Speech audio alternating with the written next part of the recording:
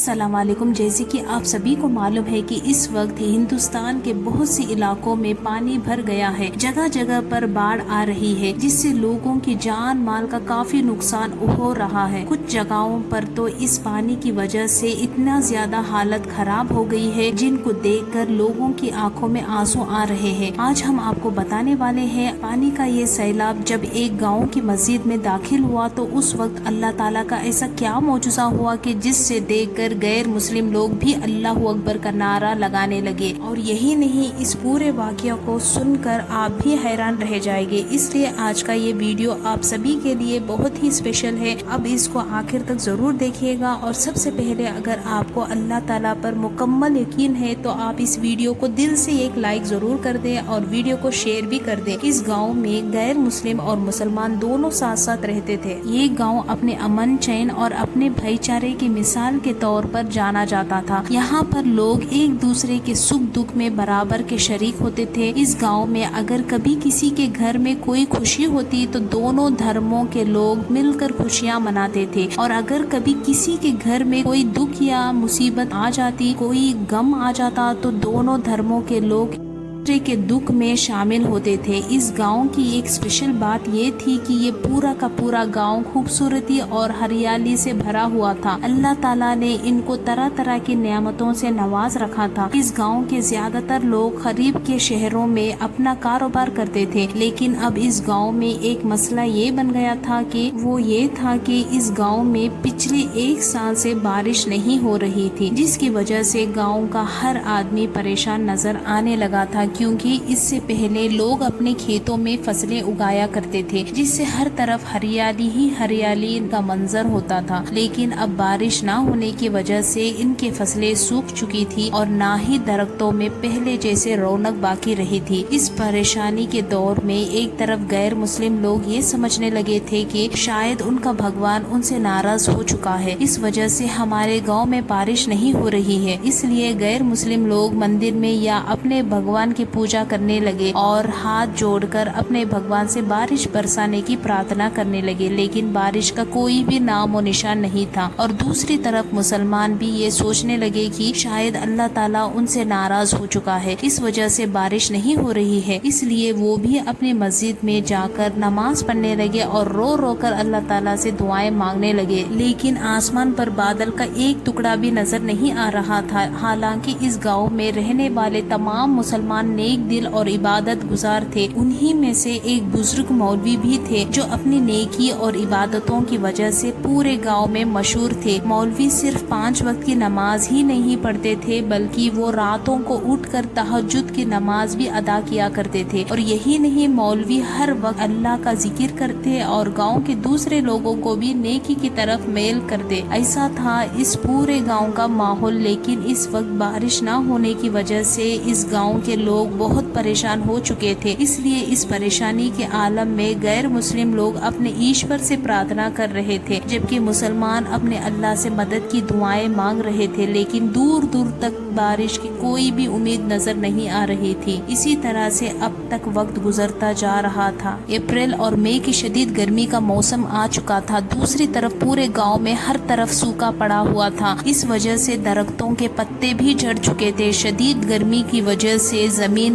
تپ رہی تھی، اور یہی نہیں، بارش نہ ہونے کی وجہ سے گاؤں میں پانی کی بھی شدید کمی آ چکی تھی۔ لوگ اپنے جانوروں کو پانی پلانے کے لیے میلوں دور چل کر جاتے تھے، لیکن وہاں پر بھی انہیں مایوسی کا سامنا ہی کرنا پڑتا تھا۔ ایک دن مولوی جو ہمیشہ کی طرح یعنی کہ اپنے معمول کے مطابق گاؤں کی گلیوں سے گزر رہے تھے، انہوں نے دیکھا کہ شدید گرمی کی وجہ سے گاؤں کے لوگ بے حال ہو چکے ہیں۔ اس کے ساتھ ہی اس وقت سورج کی تاپش زیادہ تھی۔ مولوی کو ایسا لگا جیسے کہ وہ اس شدید گرمی میں پگھل جائیں گے۔ پھر جیسے ہی مولوی آخری گلی تک پہنچے تو ان کے دل میں شدید پریشانی اور بے چینی روشنی نے جنم لے لیا تھا، اس لیے پھر اس پریشانی کے عالم میں ان کی زبان سے الفاظ نکل گئے، یا اللہ ہمارے گاؤں میں اتنی بارش برسا کہ پانی ہمارے سینے تک پہنچ جائے۔ مولوی نے یہ بات بنا سوچے سمجھے ایسے ہی کہہ دی تھی، یعنی کہ پریشانی میں ان کے منہ سے اس طرح کی دعا ایسے ہی نکل گئی تھی۔ ان کا مقصد صرف اتنا ہی تھا کہ کسی بھی طرح سے اس سخت گرمی سے نجات مل جائے اور گاؤں میں برسات ہو جائے۔ اب جس گلی سے مولوی گزر رہے تھے اسی گلی کے کنارے پر ایک فقیر بیٹھا ہوا تھا جس نے مولوی کی باتوں کو سن لیا تھا۔ یہ سن کر وہ فقیر بابا مولوی سے کہنے لگا کہ آپ ایسی دعا اللہ سے نہ کریں، کیونکہ ہمارے گاؤں میں زیادہ تر گھر چھوٹے اور کچے ہیں۔ اگر اتنی زیادہ بارش ہمارے گاؤں میں ہو گئی تو پھر ہم کہاں پر جائیں گے، ہمارے مکان بہہ جائیں گے۔ اب مولوی جو گرمی سے تنگ آئے ہوئے تھے وہ فقیر کی ان باتوں کو سن کر ناراض ہو گئے اور کہنے لگے، اے فقیر بابا تم کچھ نہ کہو، ایک تو یہاں پر